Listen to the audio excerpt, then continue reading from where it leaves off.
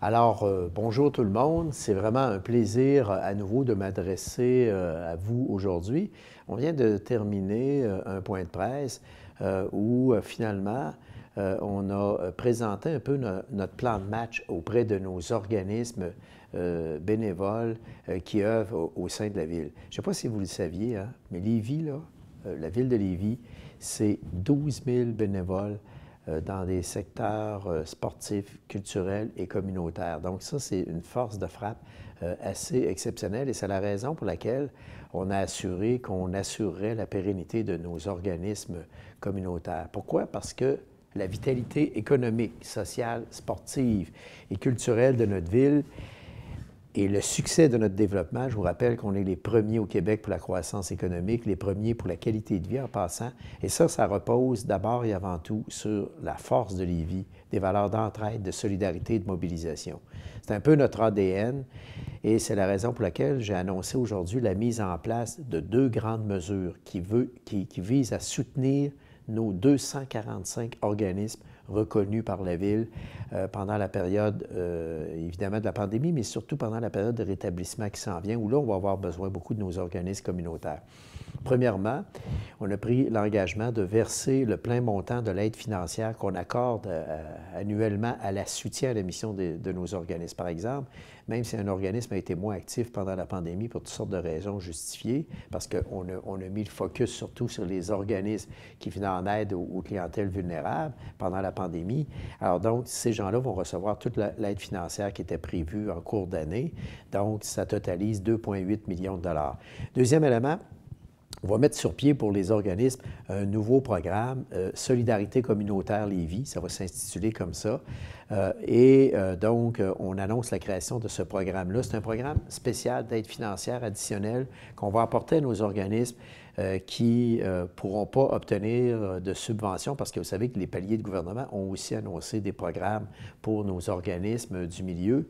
Et donc, cette annonce de programme-là, nous, ce qu'on va faire à la Ville, c'est qu'on va venir en complémentaire appuyer nos organismes. Je vous donne des exemples d'organismes, à un moment donné, qui peuvent avoir besoin de cette aide-là. Prenons, par exemple, un organisme comme la Jonction pour elle. J'aurais pu prendre l'exemple des 245 organismes. Alors, ces organismes-là organisent souvent des levées de fonds, des campagnes de financement qu'ils n'ont pu organiser. Parce qu'évidemment, à cause de la pandémie, tout a été annulé. Moi, je vois tous les jours défiler des demandes d'aide financière, des activités de fondation qui sont annulées, des activités de financement qui sont annulées, des déjeuners bénéfices, etc. Alors donc, ça, c'est un manque à gagner pour ces organismes-là qui peuvent être très importants parce qu'on a une communauté qui est généreuse et qui donne beaucoup à nos organismes. Alors, on va essayer de voir comment on peut les aider sous forme d'une aide financière additionnelle pour des activités de rétablissement. Alors donc, notre objectif, bien sûr, c'est d'aider nos 124 organismes communautaires. Il y a 124 organismes qui travaillent dans le communautaire, 61 organismes sportifs et 55 organismes culturels et 6 organismes dans le secteur de la récréation. Donc, simplement pour vous dire ceci, ces deux programmes-là, d'abord, la direction de la vie communautaire dans ces 3 secteurs d'activité-là va faire un diagnostic de chacun des organismes.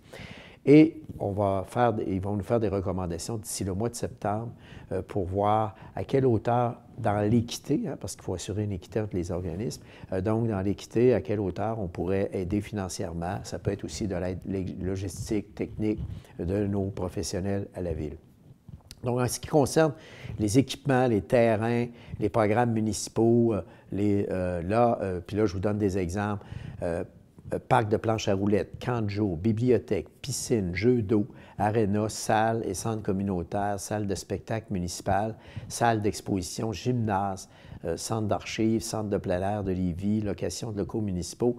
Bien là, nous, dans le fond, on est en train de préparer une planification pour réouvrir ces équipements-là, mais il faut bien comprendre que la santé et la sécurité de la population lévisienne et du personnel de la Ville ou du personnel, donc des organismes qui peuvent être amenés à travailler pour donner certains services, bien ça va être la priorité numéro 1. Donc oui, on va remettre sur pied ces activités-là, mais uniquement lorsqu'on aura eu les directives de la santé publique. Par exemple, sur les camps de jour, on a lancé quand même le processus d'inscription, mais tout en sachant que la santé publique, avec les autorités gouvernementales, doivent émettre un guide pour l'organisation des camps de jour. Quelles vont être les contraintes pour la réalisation des camps de jour? Alors là, une fois qu'on va connaître les règles du jeu, là, on va pouvoir les mettre de l'avant.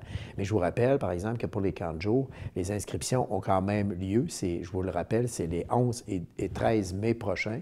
Vous pouvez vous inscrire, puisque de toute façon, vous n'avez pas de frais d'inscription à payer tant et aussi longtemps qu'on n'aura pas les directives de la santé publique. Donc, nous, dans le fond, on serait prêt à remettre en marche nos équipements sportifs, les terrains sportifs extérieurs, tennis, soccer, baseball. On attend juste les directives de la santé publique. Et en ce qui touche spécifiquement le volet sportif, la ministre déléguée à l'Éducation et la ministre responsable de la condition féminine, Mme Isabelle Charret, évalue actuellement divers scénarios avec toutes les fédérations sportives là, qui vont permettre aux Québécoises et aux Québécois de pratiquer diverses activités sportives et de loisirs cet été. Donc, nous, une fois qu'elle va avoir émis ses directives pour la pratique d'activités sportives, la ministre, nous, on va modifier notre approche pour l'ouverture des équipements que je viens de vous nommer en fonction des recommandations qui vont nous être émises. Enfin, à Lévis, le courant passe entre voisins. Vous savez qu'à chaque année, on organise la traditionnelle fête des voisins. Elle ne peut pas avoir lieu cette année dans la formule actuelle, mais la Ville de Lévis a mis en place une autre initiative qui pourra créer un esprit de communauté dans le voisinage. Alors, ça va être le 6 juin prochain. Retenez cette date-là, 6 juin prochain. On va déclencher un courant de solidarité par une multitude de petits gestes d'entraide et de bienveillance et de fraternité réalisés par les Lévisiennes et les Lévisiens. Donc, la population de Lévis est invitée à joindre le mouvement. Ça va s'intituler « À Lévis, le courant passe entre voisins » et à faire partie des citoyens qui vont participer à cette fête des voisins totalement modifiée. Par exemple, ça pourrait être décorer l'extérieur de votre logement de manière ludique et colorée. Ça peut être inscrire à la craie des messages positifs dictés par des enfants, laisser un message au facteur pour le remercier, entre autres, prendre du temps pour saluer et discuter avec un voisin dans le respect des distanciations, des voisins qui vivent seuls, envoyer un petit message au voisin qui vit seul, l'appeler, le contacter, créer un groupe de voisins sur les réseaux sociaux entre voisins, etc. Alors donc, pour échanger, partager, et peut-être laisser même une surprise dans la boîte aux lettres d'un de vos voisins. Alors donc, ça, c'est des choses qu'on va mettre de l'avant. Donc, le 6 juin, c'est une grande journée spéciale et allez voir sur notre site Internet, on va encourager les gens à y participer. Dernier point pour la population de Lévis, et ça, je tenais à vous faire part de ces chiffres-là. Vous savez que dans le cadre de la pandémie, tout le monde se pose la question à savoir qu'est-ce qui va arriver au niveau du budget de la Ville. Alors, on a un rapport d'étape au 1er avril et là, on se projette jusqu'au 1er septembre au niveau des revenus et des dépenses. Alors, nous, ce qu'on a fait, c'est qu'on agit de façon très responsable dans le sens qu'on a demandé de minimiser au maximum les dépenses de la Ville, ce qui fait qu'on fonctionne avec le tiers de moins d'effectifs actuellement à la Ville. Et donc, minimiser les dépenses au maximum pour qu'on arrive à la fin de l'année avec un équilibre budgétaire qui va nous permettre de continuer à offrir des services à la population, mais à des coûts moindres, c'est-à-dire à des coûts égaux et surtout d'éviter donc d'augmenter indûment les comptes de taxes des contribuables. C'est la raison pour laquelle je vous annonce une bonne nouvelle aujourd'hui, en date du 1er avril et ça jusqu'au 1er septembre. Alors, on estime que les pertes totales à la Ville de Lévis vont être de 1 300 000 sur un budget de 305 millions.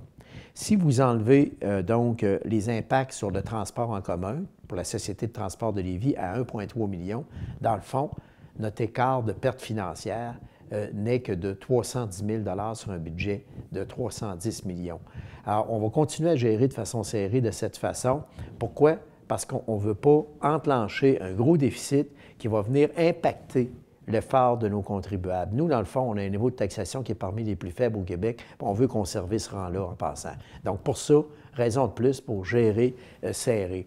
Alors, je vous donne, et par contre, là, on va peut-être avoir besoin d'un peu d'aide du gouvernement. Ça va être surtout pour le transport en commun parce que, comme je vous disais, sur le 1,6 million de dollars dont je vous parlais, donc de pertes qu'on estime d'ici le 1er septembre, il y a 1,3 million qui dépend du transport en commun. Dans le fond, c'est aussi simple que ça. Il y a 80 à 85 des clientèles dans le transport en commun qui sont perdus actuellement, donc qui ne prennent plus de transport en commun, bien sûr, parce que les activités sont arrêtées. Juste pour les passages, c'est 14 500 personnes qui prennent le transport en commun chaque mois chez nous à Lévis, et c'est 700 000 de pertes par mois. Alors, ça grimpe vite. Alors, c'est la raison pour laquelle, donc, on tient à vous dire qu'on suit de très près l'évolution budgétaire, parce que notre objectif, nous, c'est de maintenir la même qualité de service. C'est pour ça qu'il faut gérer serré. C'est ce qu'on fait. Et c'est la raison pour laquelle les activités qu'on met en marche, on s'assure qu'elles reçoivent l'aval de la santé publique et on ne veut pas mettre en péril en passant. Puis je tiens à vous le dire, que ce soit pour nos gymnases, nos piscines extérieures, on pourra les mettre en marche, nos piscines extérieures, mais est-ce que ça va être confiné? Est-ce qu'on va, si on respecte la distanciation, on va peut-être ouvrir plus de bassins extérieurs, mais à 25 de la capacité. On attend de voir quelles sont les règles que le gouvernement va édicter, mais sachez qu'on est prêt à ouvrir certains équipements sportifs. Mais attention, il va y avoir deux conditions. La sécurité de nos concitoyennes, de nos concitoyennes. Et la deuxième condition, c'est la sécurité du personnel qui va être affecté aux diverses opérations, que ce soit au niveau du sauvetage dans les piscines et au niveau aussi des travaux publics. Alors, on veut assurer la sécurité à ces deux niveaux-là. Alors voilà, merci pour votre attention. Je vous souhaite une bonne fin de semaine à toutes et à tous. Profitez de nos parcs espaces verts, mais attention, notre coordonnateur à l'action civile, donc qui s'occupe de la coordination donc, de toutes les mesures d'urgence, a indiqué ce matin en conférence de presse qu'on notait un petit laisser-aller dans l'ensemble de la population, respecte les consignes. Alors, on vous rappelle que cette responsabilité-là nous revient d'abord à nous en premier lieu, mais c'est sûr qu'en fin de semaine, on va accentuer un petit peu la surveillance policière, non pas de façon coercitive, mais surtout pour sensibiliser les gens sur la nécessité absolue de respecter les consignes et surtout la distanciation sociale. Merci infiniment.